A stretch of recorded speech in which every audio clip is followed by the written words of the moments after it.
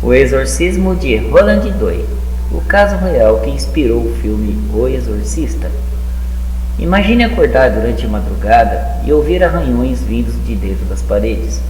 Você procura pela casa inteira, mas não encontra nada. Na noite seguinte, os arranhões voltam, desta vez debaixo da sua própria cama. Dias depois, os móveis começam a se mover sozinhos. Objetos voam pelo quarto, marcas aparecem na pele de um garoto sem que ninguém o toque. E testemunhas afirmam ter visto sua cama sacudir violentamente enquanto ele gritava palavras em idiomas que nunca havia aprendido. Isso não aconteceu em um filme. Segundo registros religiosos e relatos de testemunhas, aconteceu nos Estados Unidos em 1949. O caso ficou conhecido como Roland Doe e inspirou um dos filmes de terror mais famosos da história. Mas o que realmente aconteceu? Antes de descobrir, inscreva-se agora no canal.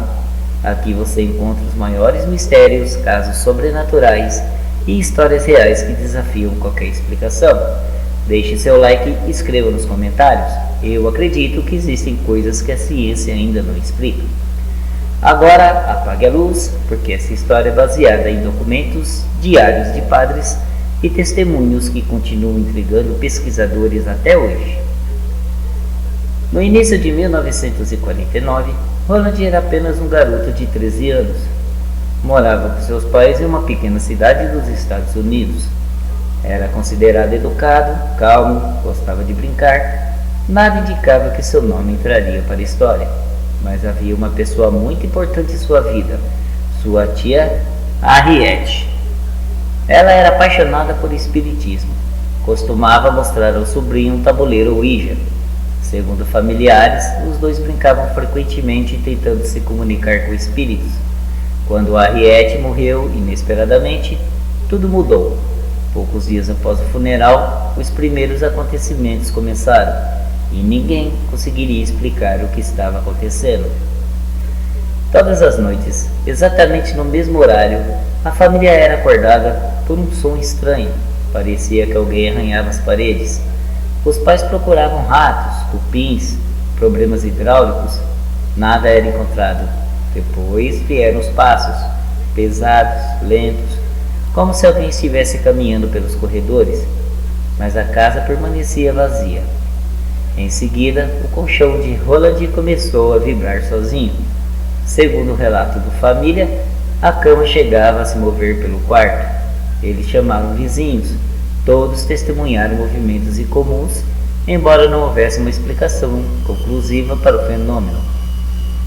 Dias depois, a situação tornou-se ainda mais assustadora. Roland começou a acordar com riscos vermelhos pelo corpo. Primeiro eram pequenos, depois passaram a formar palavras e símbolos. Segundo os relatos registrados por religiosos, algumas marcas surgiam diante de testemunhas. Médicos examinaram o garoto, não encontraram uma causa física evidente para aquelas lesões. A família entrou em desespero. Foi quando decidiram procurar ajuda religiosa. O primeiro padre que analisou o caso acreditou que os acontecimentos mereciam investigação. Após acompanhar Roland por algum tempo, autorizou uma tentativa de exorcismo. Durante as orações, segundo o diário de um dos padres envolvidos, a cama tremia, o garoto gritava, rosnava, falava com uma voz considerada diferente da sua. Em determinado momento, Roland teria quebrado uma mola da cama e ferido um dos religiosos. Mesmo assim, o ritual continuou, mas não terminou naquela noite. Foi apenas o começo. Durante semanas, diversos padres acompanharam o caso. Freiras, médicos, familiares, todos registraram acontecimentos incomuns, embora cada testemunha interpretasse os fatos de maneira diferente. Entre os relatos mais conhecidos estão objetos se movendo durante as orações, sons sem origem aparente, mudanças repentinas de comportamento, força física considerada incomum para um adolescente, marcas surgindo na pele. Esses relatos foram registrados principalmente em diários mantidos pelos religiosos responsáveis pelo caso.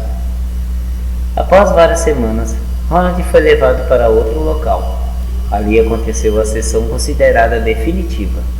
Segundo os relatos dos padres, durante horas de oração, o garoto gritava continuamente, até que em determinado momento ele teria gritado: "Ele foi embora". Logo depois, o ambiente ficou silencioso. Ronald voltou a respirar normalmente. Segundo sua família, nunca mais apresentou aqueles fenômenos. Anos depois, o escritor William Peter Blatty tomou conhecimento do caso. Inspirado pelos relatos, escreveu o romance O Exorcista. O livro tornou-se um sucesso mundial. Posteriormente, foi adaptada para um dos filmes de terror mais famosos da história.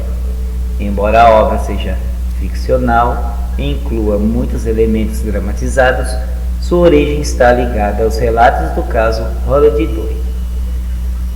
Até hoje, o caso divide opiniões. Para muitos religiosos, foi um caso autêntico de possessão. Para psicólogos e céticos, os acontecimentos podem ter sido o resultado de fatores psicológicos, sugestão, interpretações equivocadas ou comportamentos que receberam uma explicação sobrenatural da época.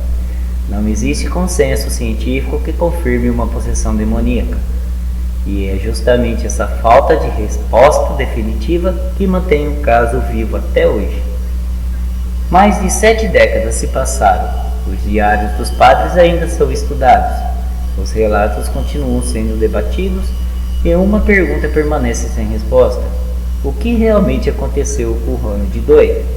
Foi um fenômeno sobrenatural ou um dos maiores mistérios psicológicos do século XX? Agora eu quero saber sua opinião. Você acredita que esse caso foi uma verdadeira possessão? Ou existe uma explicação racional para tudo isso? Escreva sua teoria nos comentários. Se você gosta de histórias reais, mistérios e casos paranormais que desafiam a lógica, inscreva-se no canal e ative as notificações, porque no próximo vídeo vamos explorar outro caso real que continua intrigando investigadores religiosos e especialistas até os dias de hoje. E lembre-se, nem todo mistério encontra uma resposta. Alguns permanecem vivos apenas esperando a próxima testemunha.